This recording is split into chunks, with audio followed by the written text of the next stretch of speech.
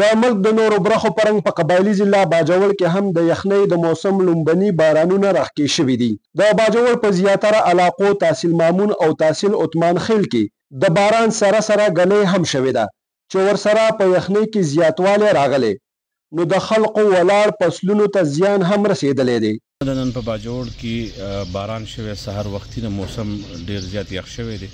عثمان خیل او په ماموندو کې په ډیرو سیمو کې الته ګلۍ شوې ده، د قصه ډیر پستونه خراب شوي، کم ذمہدار چې دي د ډیر زیات نقصانونه شوي دي.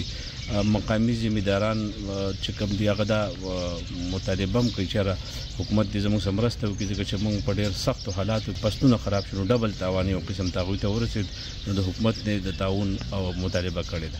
د موسم یخوالي سره سم خلقو ګرمې کپړې او ملبوسات اچول شروع کړي دي، نو د ګرمو خوراکونو د هوټلو مخه یې کړې ده او د کباب، روش او نور ګرمو خوراکونو نه خوندونه اخلي. د یخنۍ موسم شروع شو، اولنی باران وشو، د دې نه بعد چې کوم دي خلک هوټلو ته روان دي، خلک ګرم خوراکونه کوي، روش، کباب او شانته د خپلې خوښې. نو خلکو اوس خوراکونو ته زړه کېږي. نن چونکې په باجوړ کې ډېر زیات ښکلی باران وشو، خلک هوټلو کې باندې ډېر زیات رش دی، بس کوشش کوي خلک چې هوټل ته لاړ شي، د خپلې خوښې خوراک وکړي. د موسم سرما ړومبي بارانونه چې ورسره په زیاتره علاقو کې ګلۍ هم ورېدلې ده، په موسم کې یو دم یخوالی راغلی دی.